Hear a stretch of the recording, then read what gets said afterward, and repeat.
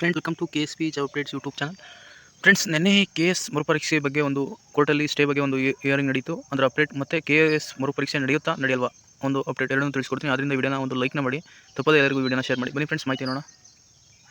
ದಯವಿಟ್ಟು ಲೈಕ್ ಮಾಡಿ ಫ್ರೆಂಡ್ಸ್. ಒಂದು ನೋಡ್ತಾ ಇರ್ಬೋದು ಫ್ರೆಂಡ್ಸ್, ಇದು ಇವತ್ತಿನ ದಿನಪತ್ರಿಕೆಯಲ್ಲಿ ಬಂದಿರುವಂಥದ್ದು. KS ಗೊಂದಲ, ಆಕಾಂಕ್ಷಿಗಳ ತಳಮಳ, ಪ್ರವೇಶ ಪತ್ರ ಸೋರಿಕೆ ಪ್ರಕರಣ, ನ್ಯಾಯಾಲಯದ ತೀರ್ಪಿನ ಮೇಲೆ ಪರೀಕ್ಷೆ ಭವಿಷ್ಯ. ನೋಡಿ ಫ್ರೆಂಡ್ಸ್, ಯಾರು ಏನೇ ಹೇಳಿದ್ರು ಕೂಡ ಕೋರ್ಟಲ್ಲಿ ಸ್ಟೇ ವೆಕೇಟ್ ಆಗೋವರೆಗೂ ಕೂಡ ಯಾವುದೇ ಕಾರಣಕ್ಕೂ ಎಕ್ಸಾಮನ್ನು KPSC ಅವರು ಮಾಡೋಕ್ಕೆ ಬರಲ್ಲ ಫ್ರೆಂಡ್ಸ್. ಯಾಕೆಂದರೆ ಒಂದು ಈಗ ಹೋಗಿರುವಂಥ ಧಾರವಾಡ ಪೀಠಕ್ಕೆ ಹೋಗಿರುವಂಥ ಒಬ್ಬ ಅಭ್ಯರ್ಥಿ, ಅವ್ರ ಹೆಸರು ಡಿಸ್ಕಸ್ ಮಾಡಲ್ಲ ನಾನು, ಅವರು ಒಳ್ಳೆ ಲಾಯರ್ನ ಇಟ್ಟು ಕಠಿಣವಾಗಿ ವಾದವನ್ನು ಮಂಡಿಸಿರುವಂಥದ್ದು.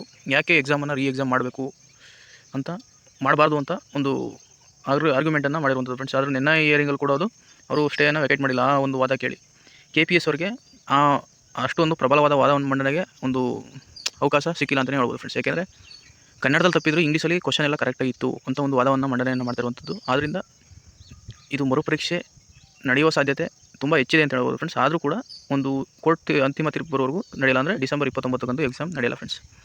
ಇನ್ನು KPSC ಪ್ರವೇಶ ಪತ್ರಕ್ಕೆ ಅದು ತಾಂತ್ರಿಕ ದೋಷ ಅಂತ ಹೇಳ್ತಾರೆ ಫ್ರೆಂಡ್ಸ್. ಅದು ಲೀಕ್ ಆಗಿದ್ದು ಕೂಡ ಒಂದು KPSCಯ ಬೇಜವಾಬ್ದಾರಿಗೆ ಒಂದು ಸೂಚಿಸುವಂಥದ್ದು ಫ್ರೆಂಡ್ಸ್.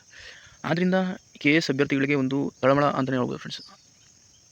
ಆದ್ದರಿಂದ ಅದು ಪರೀಕ್ಷೆ 29 ನಡೆಯಲ್ಲ ಫ್ರೆಂಡ್ಸ್. ಯಾರೆಲ್ಲ ವೆಯ್ಟ್ ಮಾಡ್ತಾಯಿದ್ದೀರಾ ನೀವು, ಇನ್ನೂ ಒಂದು 2 ಮಂತ್ಸ್ ಆದರೂ ವೆಯ್ಟ್ ಮಾಡಬೇಕಾಗುತ್ತೆ ಫ್ರೆಂಡ್ಸ್. ನನ್ನ ಪ್ರಕಾರ ಹೇಳಿದ್ರೆ ಇನ್ನೂ 2 ಮಂತ್ಸ್ ಆಗ್ಬೋದು ಎಕ್ಸಾಮ್ ನಡೆಯೋಕ್ಕೆ. ಆದ್ದರಿಂದ ನೀವು ಒಂದು ತಾಳ್ಮೆಯಿಂದ ಸ್ಟಡಿಯನ್ನು ಮಾಡಬೇಕಾಗಿ ಬರ್ಬೋದು ಫ್ರೆಂಡ್ಸ್. ಇನ್ನು ಆಕ್ಷಾ ಸಂಘಟನೆಗಳಿಂದಲೂ ಕೂಡ ಒಂದು ಸ್ಟೇ ವೇಕೇಟ್ ಮಾಡೋಕ್ಕೆ ನಾವೊಂದು ಅಪೀಲ್ ಹೋಗೋಣ ಅಂತಿದ್ರು ಫ್ರೆಂಡ್ಸ್. ಆದರೆ ಒಂದು ಸ್ಪರ್ಧಾರ್ಥಿಗಳು ಪೋಲ್ ಮಾಡಿದಾಗ ಅವರು ಹೋಗೋದೇನು ಬೇಡ ಅಂತ ಹೇಳಿರುವಂಥದ್ದು ಫ್ರೆಂಡ್ಸ್. ಅಂದರೆ ಒಂದು ಮಿಕ್ಸ್ಡ್ ರೆಸ್ಪಾನ್ಸ್ ಬಂದಿದೆ. 60% ಹೋಗೋಣ ಅಂದರೆ 40% ಬೇಡ ಅಂತ ಬಂದಿರುವಂಥದ್ದು.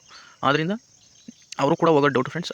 ಇನ್ನು KPSC ಅವರು ಈಗ ನಿನ್ನೆ ಮೊನ್ನೆ ಹೋಗಿದ್ದಾರೆ ಫ್ರೆಂಡ್ಸ್. ಅದು ಈ ವೇಕೇಟ್ ಆಗೋ ಡೌಟು ನೋಡೋಣ ಫ್ರೆಂಡ್ಸ್. ಅದು ವೇಕೇಟ್ ಆದರೆ ಅವರು ಎಕ್ಸಾಮ್ ಸೆಂಟರ್ ಅರೇಂಜ್ ಮಾಡಿ ಅದೆಲ್ಲ ಲೇಟ್ ಆಗುತ್ತೆ. ಆದ್ದರಿಂದ ಈ ಡಿಸೆಂಬರ್ 29 ಎಕ್ಸಾಮ್ ನಡೆಯಲ್ಲ ಫ್ರೆಂಡ್ಸ್. ಇದಿಷ್ಟು ಫ್ರೆಂಡ್ಸ್ ಇವತ್ತಿನ ಮಾಹಿತಿ. ವಿಡಿಯೋ ಸ್ಟಾರ್ ಲೈಕ್ ಮಾಡಿ. Thank you for watching.